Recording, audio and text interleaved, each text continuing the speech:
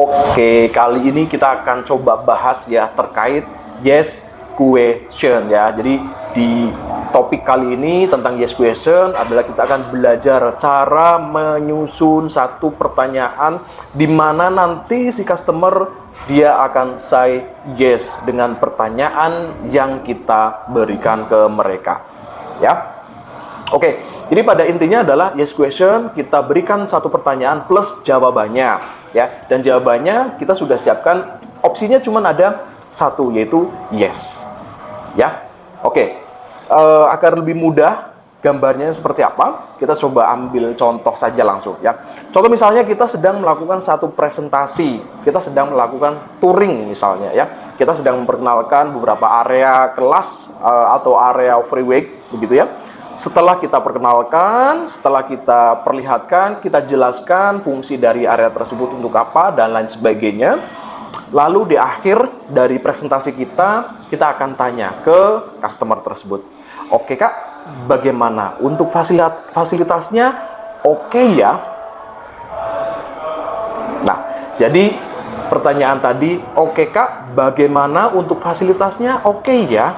Nah, oke ya adalah jenis dari yes question, ya, di mana kita mengajak si customer hanya akan jawab satu jawaban, yaitu oke.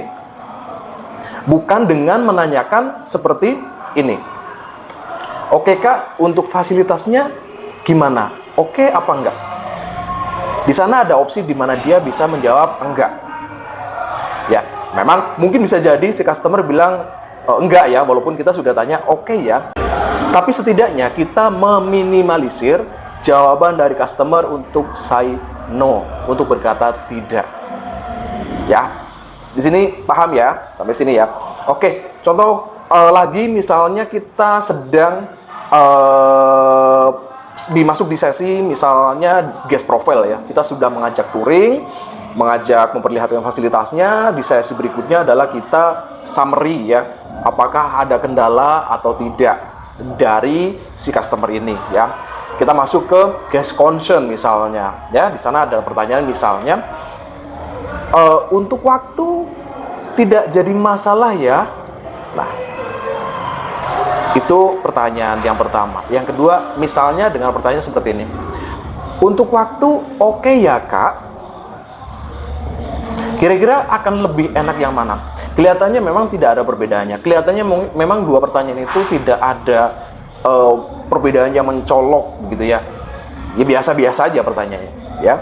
Tapi untuk seorang sales yang profesional tentu akan pakai pertanyaan yang kedua, di mana dia memilih menggunakan pertanyaan yang selalu positif dan ending jawabannya meminimalisir orang itu akan menjawab no.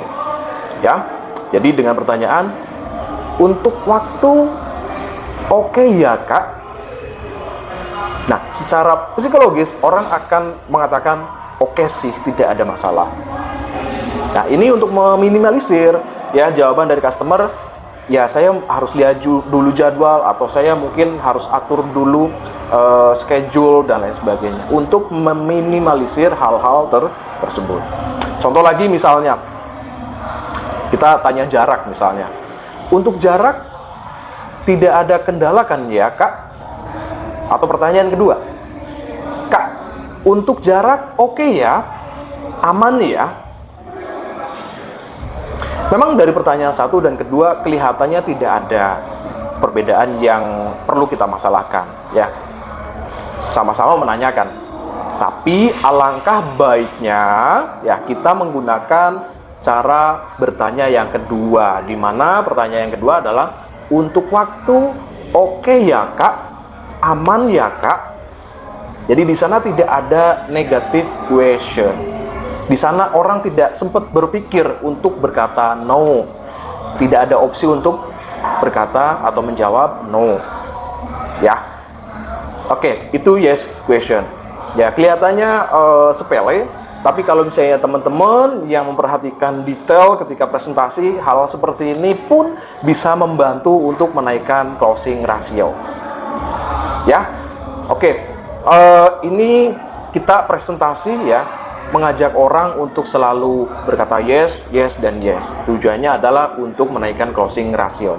Semakin positif customer yang kita handle, semakin banyak ya respon positif yang dia berikan dengan presentasi kita, akan semakin mudah kita untuk mengajak orang segera take action latihan di Urban Athlete. Oke. Agar teman-teman lebih yakin, alangkah baiknya teman-teman segera praktekkan ketika di sesi presentasi. Lalu rasakan sendiri ya. Efeknya apa kalau teman-teman selalu menggunakan yes question ya. Nah, yes question ini juga saya ajarkan di sesi training namanya phone call ya. Di step apa? Di step qualifying ya. Di sana ada 4W. What, kemudian where, when, dan why. Di sana ada selalu menggunakan namanya yes question. Dua opsi pertanyaan plus jawabannya. Apapun jawabannya adalah itulah yang kita harapkan. Oke, silakan dipraktekkan ya. Nanti saya akan share tips-tips yang lain terkait presentasi ya, atau tentang yang lainnya terkait selling ya, atau terkait ilmu sales ya. Oke, terima kasih. Thank you.